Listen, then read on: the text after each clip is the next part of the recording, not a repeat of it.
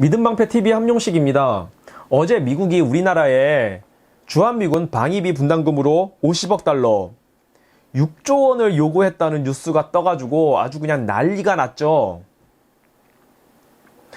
우리나라를 사랑하시는 많은 분들의 심장이 그 뉴스를 보고 아마 덜컹 내려앉으셨을 텐데요. 저도 놀랐습니다. 그 뉴스를 보고. 근데 우리가 좀 더 깊게 생각을 해보면요. 물론 저는 트럼프가 그 50억 달러를 요구했을 거라고 생각해요. 트럼프는 충분히 그럴 만한 인물이에요.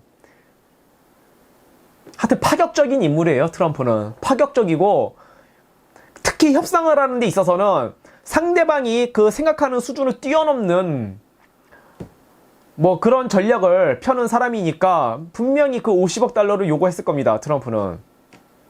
근데 트럼프가 과연 정말 우리나라의 그 50억 달러, 6조 원을 주한미군 방위비 분담금으로 받아낼 생각으로 그런 요구를 한 것일까? 이 부분에 대해서 우리가 한번 생각을 해봐야 되는데요. 그 뉴스에 보면은 그런 말이 나와요. 뭐냐면은 액수는 조정 불가, non-negotiable. 액수는 조정 불가라는 말도 했다고 전했다. 이 중앙일보 단독 보도에서 나왔던 내용인데, 액수는 조정 불가라는 겁니다. 50억 달러 밑으로는 안 된다는 거예요. 주한미군 분담금 협상에 있어서.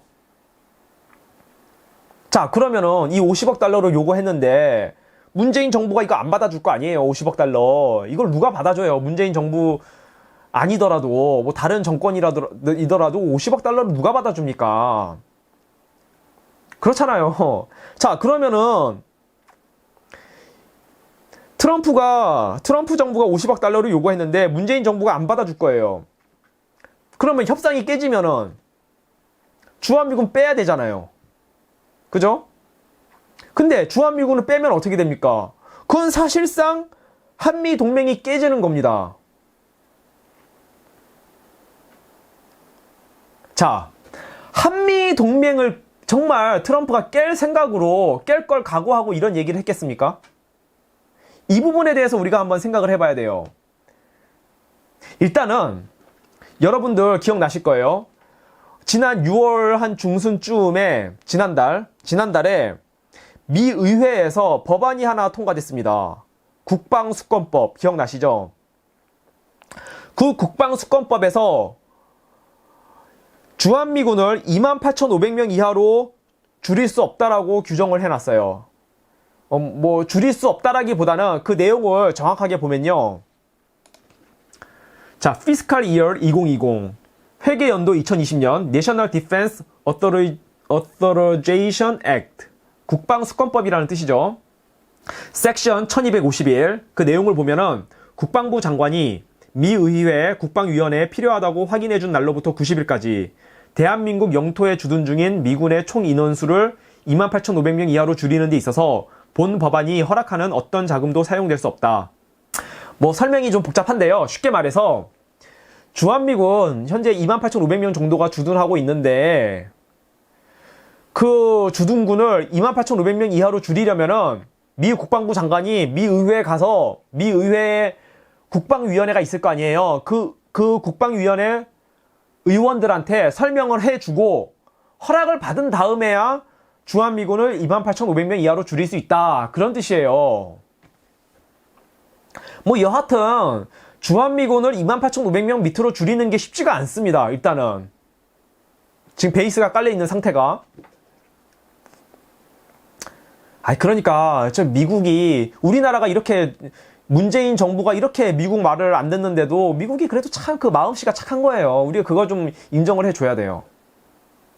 이게 한미 동맹이 깨지기 어렵게 참 그래도 만들어줬어요. 그 미국에 있는 이 전반적인 그런 그래도 한국을 생각해주는 그런 마음이 그렇습니다. 일단 그런 기본 베이스가 있고 더 중요한 건 뭐냐면은 내년에 2020 대선이 다가오고 있지 않습니까? 트럼프에게. 근데 트럼프가 정말 한미 동맹을 깰 수 있겠습니까? 주한미군 쉽게 뺄 수 있겠어요? 주한미군 빼면은 거의 한미 동맹에 금이 가는 거, 정말 금이 가는 건데, 그렇게 되면은 미국의 정적들이, 트럼프의 정치적인 정적들이 가만히 안 있죠. 뭐 공화당 안에서건 민주당에서건 다 들고 일어날 겁니다. 야, 그래도 그 한미 동맹이 70년간 이어온 동맹인데, 그리고 이 문재인 정권 이전에는 혈맹이라 불렸던 동맹인데, 야, 그거를 그렇게 쉽게 깨면 되냐? 야, 너 제정신이야? 이러면서 엄청나게 공격을 할 거예요, 트럼프를. 근데 트럼프가 2020 대선이 내년으로 다가오고 있는데, 정말 한미 동맹을 깰 각오를 하고 50억 달러를 얘기했겠느냐 이겁니다. 이걸 우리가 생각을 해봐야 돼요. 그렇지 않습니까? 그러면은 트럼프는, 제가 볼 때 트럼프 분명히 50억 달러 얘기했습니다. 그리고 넌 니고시어블, 이것도 분명히 얘기했고요. 트럼프라는 사람은 절대 질만한 거래를 안 하는 사람이에요. 트럼프 The Art of the Deal, 거래의 기술이라는 그 책을 보면은 엄청나게 이제 어떤 한 거래를 협상을 하는 데 있어서 상대방이 생각하는 수준 이상으로 엄청나게 완벽한 준비를 해서 상대방하고 협상을 하거든요.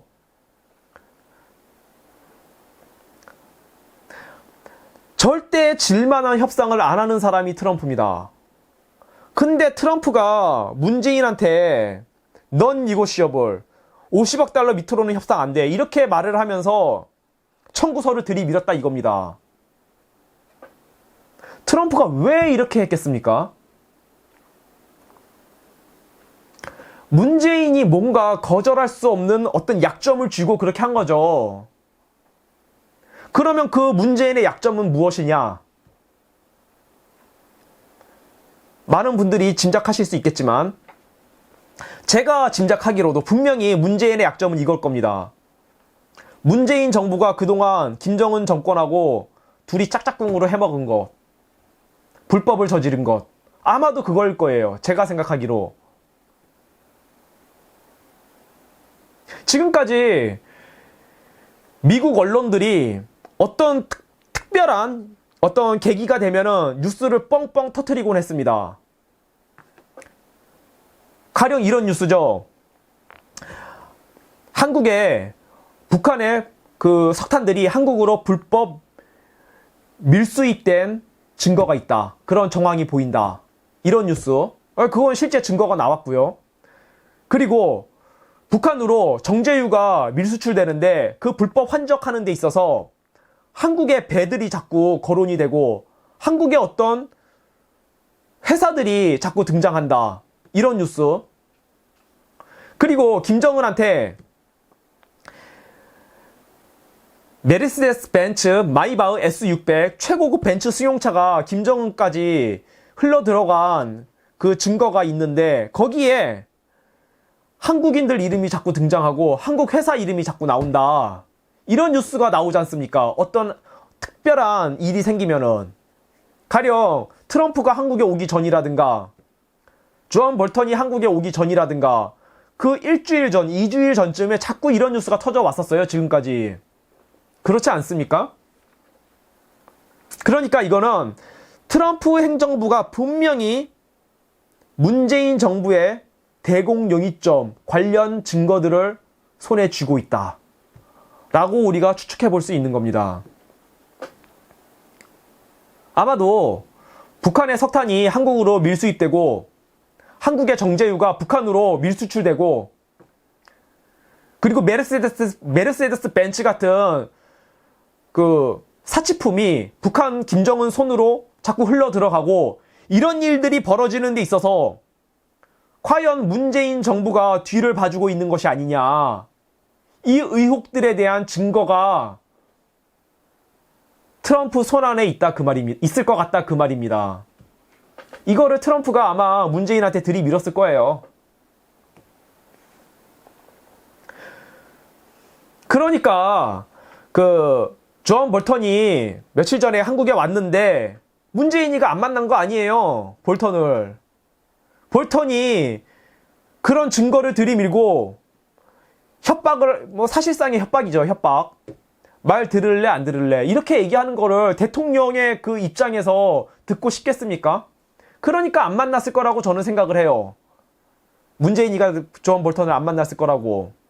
자, 결과적으로 정말로 트럼프 정부가 문재인 정권의 그 북한과의 불법 밀거래 그 증거들을 정말 갖고 있는 게 맞다면은 트럼프 입장에서는 한미 동맹을 깰 명분이 생깁니다. 그 증거들을 딱 들이밀면서 한국의 세컨더리 보이콧을 때리죠. 그렇게 되면 어떻게 되겠습니까? 미국의 여론이 들고 일어나고 전 세계 여론이 들고 일어날 겁니다. 야, 저 한국 정부 봐라. 그동안 우리가 유엔에서 힘을 모아서 유엔 안보리 결의로 북한에 대북 경제 제재를 가해 왔는데 저 우리 서방 동맹국의 일원인 한국이 감히 김정은이하고 놀아나? 야, 저 한국 불러내. 유엔 안보리 불러내서 저 한국에도 경제 제재 때리고 완전 조져버려. 이렇게 나오지 않겠습니까? 이렇게 되면은 트럼프는 자신은 정치적인 상처를 하나도 입지 않은 상태에서 문재인을 완전히 골로 보내버릴 수가 있어요. 그러니까 아마도 트럼프가 그 증거들을 딱 들이밀면서 야, 너 방위비 분담금 올릴래? 아니면 뒤질래? 아마도 이렇게 문재인이를 협박했을 가능성이 있다라고 저는 생각을 하게 됩니다. 충분히 가능한 추정이지 않습니까? 근데 제 예상으로는 미국이 50억 달러 그거 다 안 받습니다. 트럼프도 그거 다 받을 생각이 없어요. 자, 생각을 해보세요. 그래도 미국이 이 자유민주주의 진영에서는 큰 형님 아닙니까? 근데 그 6조 원, 50억 달러를 정말 다 받겠습니까, 미국이? 그 50억 달러를 받으면은 큰 형님 입장에서 가오가 안 서요. 그 50억 달러 다 안 받습니다, 트럼프가. 아니, 미국이 그 주한미군 주둔비, 방위비 분담금이라고 책정한 가격이 2조 원 아니에요, 2조 원. 그 중에서 지금 현재 한국이 50% 정도 분담을 하고 있고. 근데 2조 원을 넘어서 6조 원을 받는다? 미국 이렇게 안 하죠. 자, 미국이 받아낼 것은 트럼프가 받고 싶은 가격은 2조 원이에요, 2조 원. 지금 현재 미국이 책정한 가격, 주한미군 주둔비, 그 분담금, 방위비 분담금으로 책정한 주둔비 2조 원. 지금 그거를 받아내기 위해서 6조 원을 말한 거예요, 50억 달러. 아마도 2조 원을 받을 겁니다, 트럼프는. 근데 여기다가 제 예상으로는 아마도 1조 원 정도를 더 얹어서 받을 생각이 있을 수도 있겠다는 생각이 들어요. 왜 1조 원이냐? 자, 지난 6월 30일 날 트럼프가 한국에 방문했을 때 그때 어떤 일이 벌어졌습니까? 우리 김정숙 씨가 여기다가 파란색 나비 브로치를 달고 나왔잖아요. 그 신윤균 대표가 그 당시 방송에서 자세하게 설명을 해줬는데 그 이제 사진을 보면요. 자, 이게 파란색 나비 브로치인데요. 자, 이 파란색 나비 브로치는 뭐 많이 아시겠지만 이거는 뭘 뜻하냐면은 파란 나비 효과라 그래가지고 자, 여기 글씨 써 있는 게 No SAD, Yes Peace. 그러니까 저 파란 나비들이 사드를 싣고 저 사드를 어디 딴 데로 옮겨버린다. 사드를 날려버린다는 뜻이죠. 그러니까 김정숙 씨가 여기 파란색 브로치 달고 나온 게 야, 사드 꼴도 보기 싫다, 갖고 가라, 이런 거 아닙니까? 트럼프 있는 데서 이걸 달고 나온 거예요. 저 생각 없는 여자가. 정말 저희 생각이 있습니까, 없습니까? 아니, 아무리 미국이 싫다 그래도 정상회담, 정상이 있는 자리에서 저런 짓을 할 수 있습니까? 영부인이라는 사람이. 아, 도대체 생각이 있는 거야, 없는 거야? 이 김정숙 씨, 정말. 아, 열이 받아가지고요. 아니, 그거를 그러니까 트럼프 비서들이 보고 했겠죠, 당연히. 저게 사드 반대하기 위한 브로치라고. 아, 그래도 미국이 그 사드 포대 하나가 1조 원이 넘는데 그거를 우리나라를 지켜주려고 들여온 거 아니에요. 성주에다가. 물론 1차적으로는 주한미군을 방어하기 위한 거지만, 그리고 주한미군을 방어하고 또 우리나라를 방어하기 위해서 들여온 거죠. 아니 근데 영부인이란 사람이 그 상대방 정상을 딱 앞에 두고 이거를 파란 나비 브로치를 달고 나올 수가 있습니까? 이거 미국을 완전히 조롱하는 거 아니에요. 트럼프가, 그러니까 그때 트럼프가 희한하게 김정숙 씨를 막 칭찬을 많이 하더라고요. 특히 그 마지막 세 번째 기자회견 때, 야, 정말 저 김정숙 씨 훌륭한 여자다. 자기 나라를 정말 사랑하는 특별한 여자, 또 독특하고 훌륭한 여자다. 뭐 이런 식으로 얘기를 했었어요. 트럼프가 꽁한 마음을 갖고 있는 거죠. 어디 한번 두고 보자. 너 빌미가 잡히기만 잡혀봐. 아마 김정숙 씨가 이 파란 브로치 들고 나온 거, 그거를 아마 사드 포대, 야 그거 너네가 돈 내. 1조 원. 그거를 아마 1조 원 더 보태가지고 아마 3조 원 정도를 한국에 요구하지 않을까라고 저는 생각을 해요. 아마 3조 원 정도 트럼프가 2조 원에서 3조 원, 2조 원에서 3조 원 정도, 아마 3조 원 정도를 한국에 요구할 생각으로 이번에 6조 원, 50억 달러를 얘기했을 거라고 저는 생각을 합니다. 결론적으로 이건 뭐냐면은 트럼프가 한미동맹을 깨려는데 초점을 맞춘 게 아니라, 이거는 야 너네 그 50억 달러 밑으로 우리가 안 받아줘, 50억 달러 안 가져오면 한미동맹 깨버린다, 이런 의도가 아니고요. 트럼프는 그것보다는 문재인 정권을 엿먹이려는데, 문재인을 길들이려는데 더 큰 목적이 있다고 보여지고요. 그러니까 지금 우리가 해야 될 일은 뭐냐면은 하루속히 문재인 정권을 아웃시켜야 됩니다. 그래야만 이 나라가 그나마 덜 망가진 상태에서 한미 동맹을 회복시켜서, 그리고 한미일 삼각동맹 체제를 공고히 만들어서 저 중국, 러시아, 북한에 맞설 수가 있고요. 뭐 그렇습니다. 자, 다음에 말씀드릴 내용은요, 지난주에 KN-23이라고 하는, 북한이 KN-23이라고 불리는 북한판 이스칸데르 단거리 탄도미사일을 쏴가지고 뭐 크게 문제가 됐는데요. 뭐 진짜 문제는 현재 우리나라에 그거를 막을 수 있는 방공 시스템이 부재하다는 것입니다.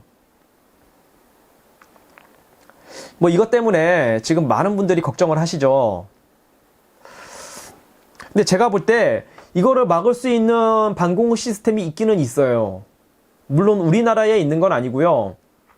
이스라엘의 데이비즈 슬링, 우리나라 말로 번역하면은 다윗의 물맷돌, 데이비즈 슬링이라고 하는 방공 시스템이 이스칸데르 미사일을 막을 수가 있습니다. 이거는 이스칸데르 미사일뿐만이 아니라 러시아의 이스칸데르뿐만이 아니라 중국의 둥펑 15, 그러니까 거의 대부분의 단거리 탄도미사일을 막을 수가 있는 방공 시스템이에요.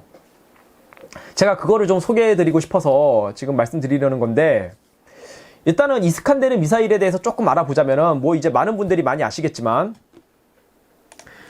The National Interest라고 하는 그 이제 언론사에서 나온 기사를 보면은, 이스칸데르 미사일은 왜 킬러인가?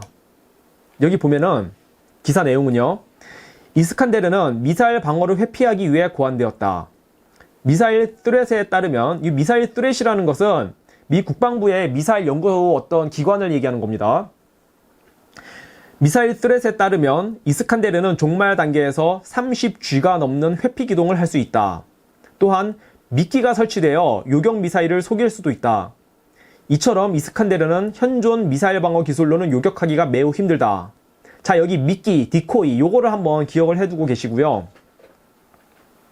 뭐 여하튼 이 이스칸데르 미사일은 현존 미사일 방어 시스템을 깨기 위해서 고안된 단거리 탄도 미사일이라는 뜻입니다. 저공 비행을 하고요. 그리고 최종 낙하 시점에 있어서 30G가 넘는 회피 기동을 하고요. 30G라는 거는, G라는 거는 그래버티, 30중력이 넘는 회피 기동을 하고, 그리고 이 북한판 이스칸데르에도 아마 디코이가 있을지도 모르겠는데 원래 러시아의 이스칸데르 미사일은 디코이가 있어요.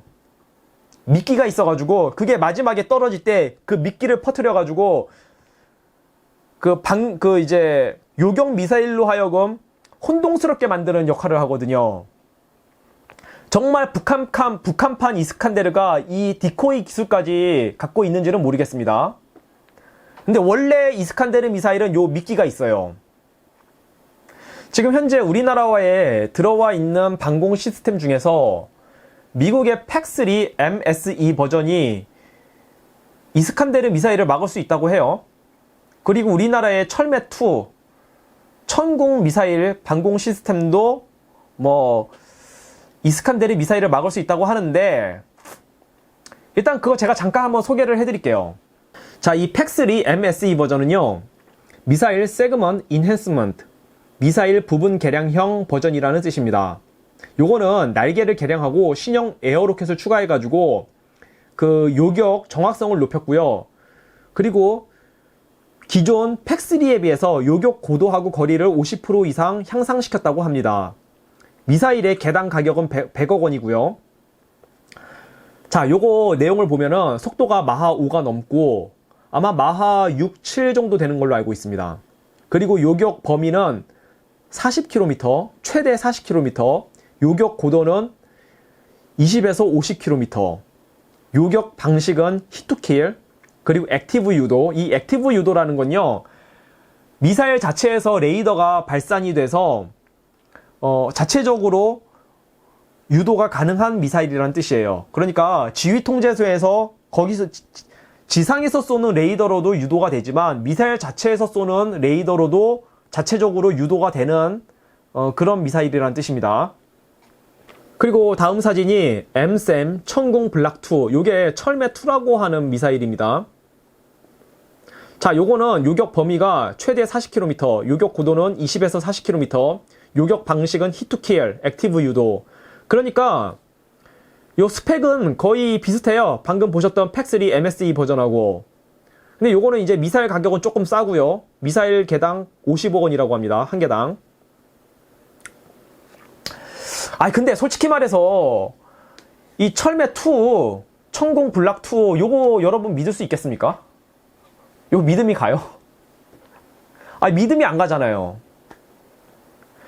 팩3도 믿음이 잘 안 가는데 팩3도 그 이스칸데르를 맞추기가 쉽지 않다고 하는데 우리나라 MSAM이라고 하는 게 이게 믿음이 잘 안 가잖아요. 솔직히 말해서. 그래서 이 우리나라 국방부가 부디 제발 부탁을 드리건데 이 이스라엘의 방공 시스템 그 중에서도 이 데이비즈 슬링이라고 하는 그거를 제발 부디 좀 깊이 고려를 해주셨으면 좋겠다. 제가 이거를 설명을 해드릴게요. 이 데이비즈 슬링이라는 미사일에 대해서. 물론 국방부 여러분들이 더 잘 아시겠지만, 자, 요 사진이 데이비즈 슬링, 다윗의 물맷돌이라고 하는 미사일이에요. 이거는 스터널 미사일이라고도 하고요. 이 스터널 미사일이라는 게 무슨 뜻인지 제가 뒤에서 설명을 해드릴게요. 근데 요 미사일의 특징은 요 앞에 보면은 그 모양이 뾰족하게, 대칭형으로 뾰족하게 생기지 않았고, 돌핀 노즈라 그래서 돌고래 주둥이하고 좀 비슷하게 생겼다 그래서 이걸 돌핀 노즈라 그래요. 이게 이렇게 생긴 이유가 요 안에 2개의 유도 장치가 탑재되어 있기 때문에 그렇게 생겼다고 합니다. 자체 레이더, 그러니까 아까 말씀드렸던 액티브 유도를 위한 자체 레이더하고 적외선 유도 방식, 요 2가지 유도 시스템이 요 안에 탑재되어 있기 때문에 이렇게 독특한 모양을 하고 있다 그래요. 그리고 요 기사 내용을 보면요, 이거는 유나이티드 킹덤 데일리 저널이라고 하는 영국 언론사에서 보도한 기사 내용인데 데이비즈 슬링을 소개한 내용입니다. 이스라엘 정부에 따르면 다윗의 물맷돌은 아이언돔의 상층부와 에로2의 하층부 고도를 방어하게 될 것이다. 특히 러시아의 9캔 720 이스칸데르 전술 탄도 미사일과 같은 위협을 방어하게 될 것이다. 그러니까 이거는 이스칸데르 미사일을 방어하기 위해서 그러니까 뭐 이스칸데르 미사일하고 그러니까 단거리 탄도 미사일을 방어하기 위해서 특화된 방공 시스템인 거예요. 이 데이비즈 슬링이라고 하는 게. 이거를 국방일보에서도 작년에 소개한 내용이 있는데, 이스라엘 데이비드 슬링 미사일 요격 미사일 최초 실전 사용, 요런 제목이고요. 내용을 보면은 스터너 미사일은, 이 데이비드 슬링을 스터너 미사일이라고도 해요. 이 스터너라는 게 무슨 뜻인지 제가 뒤에서 설명을 해드릴게요. 스터너 미사일은 전 세계 전구 탄도미사일의 약 92%를 차지하는 모든 단거리 탄도미사일을 격퇴할 수 있는 것으로 입증됐다. 러시아 이스칸데르나 중국의 둥펑 15와 같은 최신 전술 탄도미사일을 저고도에서 요격하도록 설계된 스터너 미사일은 이중 전하결합 소자 CCD와 적외선 탐색기로 기만 체계와 미사일의 실제 탄두를 구별할 수 있다. 요게 아까 말했던 그 디코이, 그러니까 이스칸데르 미사일이 뿌리는 그 디코이하고 실제 탄두를 구별할 수 있다는 그런 뜻입니다. 자, 이 스터너 미사일이라는 건요, 두 가지 뜻이 있는데요. 첫 번째는 위에 2단 분리 발사체라는 뜻이 있습니다. 저렇게 2단 분리를 하면서 로켓 엔진을 쓰기 때문에 최종 요격 단계에서 효율성을 극대화할 수 있다고 해요. 그리고 이 두 번째는 유도 방식에 대한 그 내용을 담고 있는데, 스터너 미사일이라는 게 저 네 번째 줄에 유도 방식을 보면은 자체 레이더 앤 EO 유도 방식이라고 써 있죠. 저 EO라는 게 일렉트로닉 옵티칼이라는 뜻인데, 저 일렉트로닉 옵티칼이라는 거는 이제 옵티칼, 직접 보면서 유도한다는 뜻이잖아요. 그러니까 레이더를 쏴가지고 레이더로 이제 반사되는 그 레이더를 보면서도 유도를 하기도 하지만 직접 보면서 유도한다는 거예요. 근데 저 직접 본다는 건 무슨 뜻이냐면은 적외선을 본다는 거예요. 적외선. 그러니까 이건 두 가지 유도 방식을 채택하고 있어요. 하나는 직접 레이더를 쏴서 유도하는 방식. 이거는 팩3나 우리나라의 철매2나 이런 것들이 채택하고 있는 유도 방식이에요. 근데 여기다가 하나를 더 추가시켰어요. EO 유도 방식, 일렉트로닉 옵티칼. 그러니까 적외선 유도 방식을 하나 더 추가시켰어요. 그래서 이거는 디코이를 구분할 수 있는 거예요. 디코이. 러시아의 이스칸데르 미사일이 최종 요격 시점에서 디코이를 뿌려서 상대방의 방공 미사일로 하여금 실제 탄두를 헷갈리게 만드는데, 그거를 막기 위해서, 그거를 대처하기 위해서 적외선 유도 방식을 채택한 겁니다. 디코이는 빨갛게 안 보이잖아요. 근데 실제 탄두, 그거는 벌겋게 보일 거 아닙니까? 적외선으로 보면은. 그러니까 그걸 적외선으로 보면서도 유도를 하고, 그리고 여기서 실제 쏘고 있는 액티브, 레이더 유도를 통해서도 또 유도를 하고, 그러니까 굉장히 정밀하게 맞출 수 있는 그런 미사일이라는 뜻이에요. 이 스터너 미사일이라는 게. 그래, 어쨌든 이 데이비드 슬링은 요격 사거리가 40에서 300km까지 되고요. 그리고 요격 고도는 이게 아이언돔하고 에로우2의 중간 지점을 막기 위한 미사일이거든요. 아이언돔은 지상 10km까지 막는 고도가 지상 10km까지 막는 미사일이고, 에로우2는 지상 50에서 100km 정도를 막는 미사일이거든요. 그러니까 이 데이비드 슬링은 지상 10km에서 50km 사이를 막을 수 있는 미사일인 거예요. 이게 북한의 이스칸데르 미사일, 그것뿐만이 아니라 중국의 둥펑 15, 그리고 대부분의 전술 탄도미사일, 단거리 탄도미사일을 막는 데는 이게 정말 최적이다. 그러니까 북한의 이스칸데르 미사일을 막을 수 있는 수단이 있는 거예요. 없는 게 아니에요. 저는 이거를 빨리 수입해 왔으면 좋겠어요. 그렇지 않아요? 그러니까 정말 이 참 문재인 정권이 정말 문제입니다. 저 문재인 정권을 하루속히 빨리 아웃시켜가지고 우리나라를 정말 지켜야 되고요. 그리고 한미동맹 회복시켜야 되고, 한미일 삼각동맹을 회복시켜야 됩니다. 예, 오늘 방송 마치겠습니다. 감사합니다.